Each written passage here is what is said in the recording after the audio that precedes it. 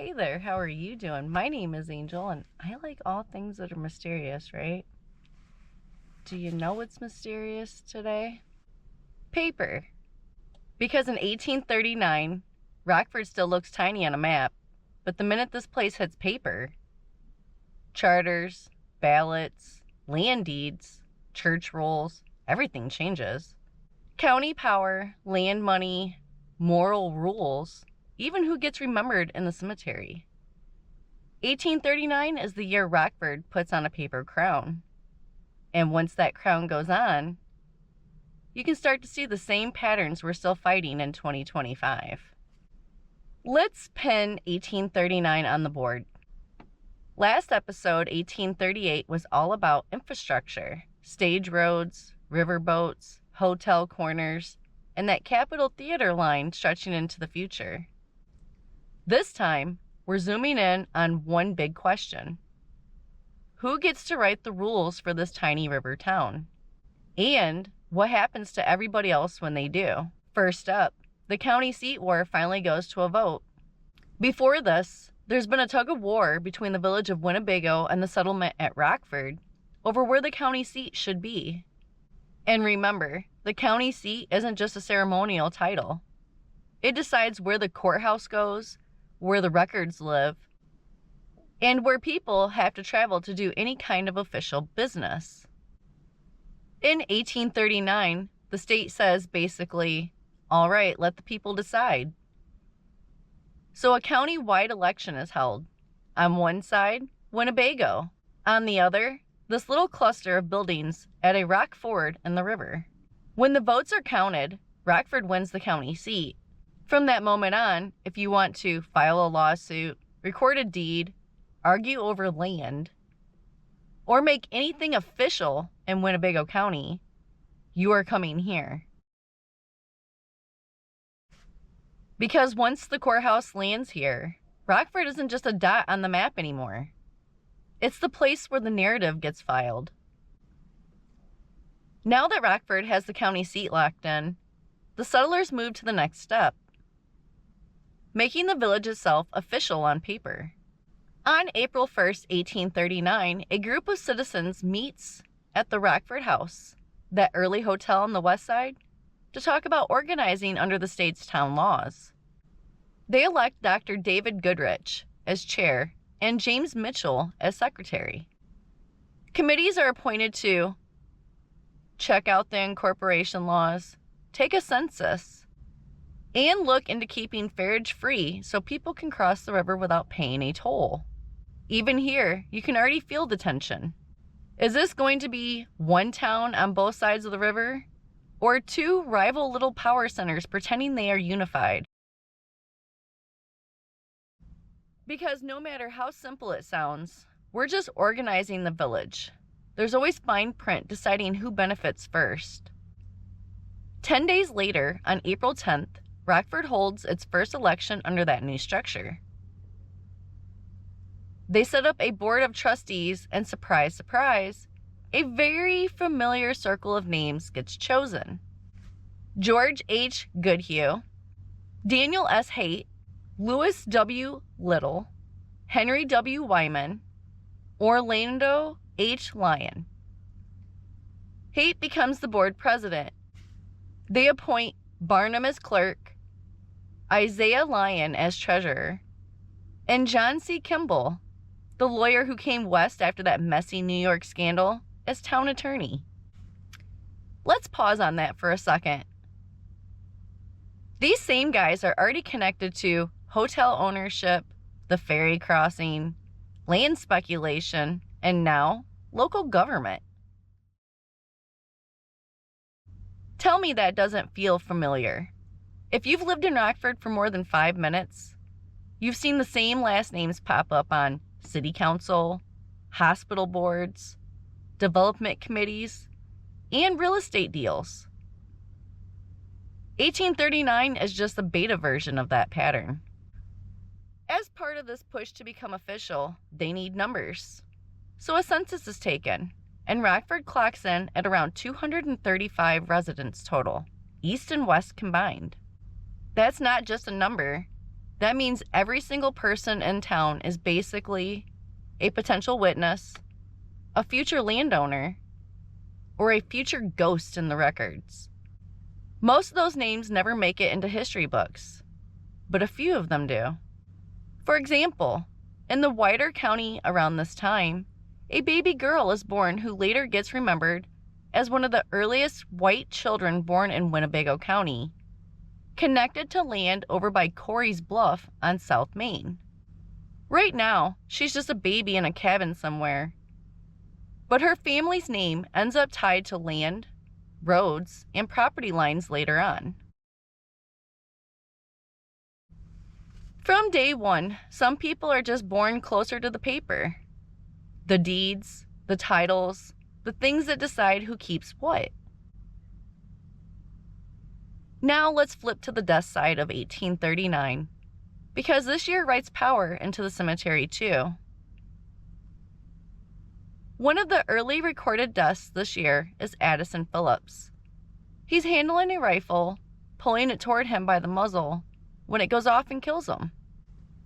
It's written up later as an accident, but either way, his name ends up on the town's first unofficial burial ground.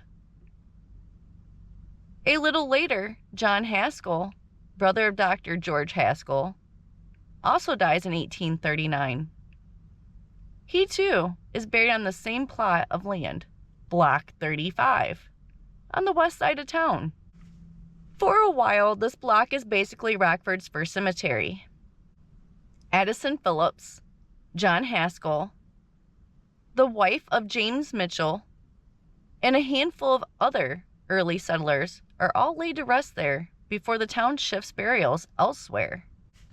So while the town is writing new laws and electing trustees, it's also quietly building a graveyard of founders, right inside its original plat.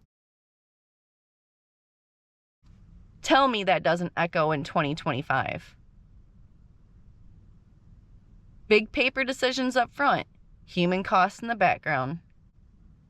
Next, while the country is celebrating another birthday on July 4th, 1839, Rockford holds the second annual meeting of its Temperance Society in West Rockford. A preacher, Reverend Cyrus L. Watson, gives the big address. That one meeting reportedly adds 61 new names, bringing membership up to around 168 people, which is a massive chunk of that tiny population. And if you scan the names, you start seeing some familiar ones from earlier. Trustees, businessmen, leading settlers, all signing onto this moral code about alcohol and good behavior. On paper, it looks like a virtue list. Underneath, it's also a social control list. Who's in the respectable club? Who gets business? Who gets invited into deals? And who quietly gets frozen out? Fast forward to now, and tell me that doesn't look like board memberships, community leader lists, and social media gatekeeping deciding who gets jobs, housing, or support in Rockford today. Now let's follow the money directly. In 1839, the federal government puts public lands in this region up for sale at about $1.25 an acre. That's when the land rush really begins. Local settlers step up to secure the farms and town lots they've been squatting on. But they're not alone. Outside speculators show up too. People and institutions who may never live here, but want a piece of the grid. One of the biggest is the Aberdeen Bank from Scotland. They send an agent to buy huge chunks of land across northern Illinois, including around Rockford. Here's where it gets twisted. The agent finishes his buying trip, boards a steamboat called the War Eagle on his way back, and the boat burns and sinks. The agent drowns. His papers go to the bottom with him. Years later, that missing paperwork turns into messy court cases as people argue over who actually owns what land. The Scottish investors or the people now living on it. If you've ever tried to track a property title in Rockford and hit a wall of confusing records, missing names, or companies you've never heard of, that confusion didn't just appear. It started way back when land was cheap, far away, and badly documented. 1839 isn't only about titles and paper, it's also about who's walking into town while all of this is happening. You've got settlers like Horace Miller moving into the county, a farmer who later becomes a state representative. You've got women like Sarah A. Cook, who later shows up in Rockford's education story as the first matron of the Rockford Female Seminary. On the surface in 1839, they are just another farmer or another woman in town. But give it a decade or two, and they are shaping what gets debated in Springfield, what gets taught in local classrooms, and which ideas become respectable versus unthinkable. 1839 is teaching us that power can look very ordinary at first. The people who end up in charge of the story are already here. They just haven't accumulated all their titles yet. All right, let's pull back and compare our case file. 1839, Rockford wins the county seat.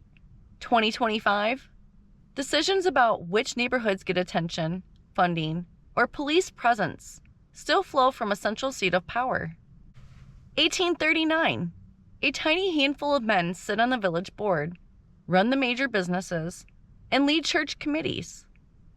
2025, a familiar pattern of the same last names on city councils, boards, development deals, and community leadership lists.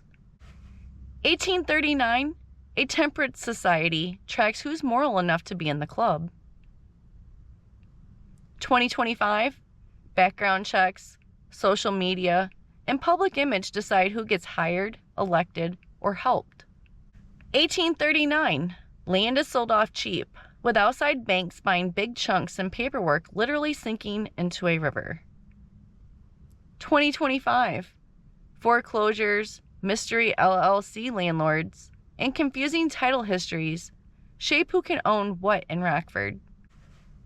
1839, a small burial ground on Block 35 quietly fills with the town's first dead, Phillips, Haskell, and others, while the living focus on charters and elections.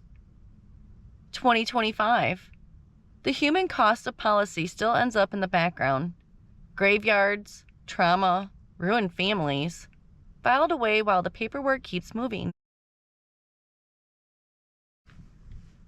By the end of 1839, Rockford has a county seat, a village government, a moral watch list, a land rush with foreign money, and a grave block to bury its founders. On the surface, it's just a frontier town growing up.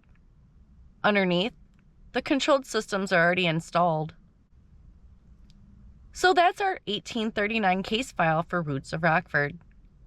A year where this little river town puts its name on paper, and that paper quietly decides who gets land, who gets titles, who gets moral approval, and who gets buried in Block 35 and almost forgotten.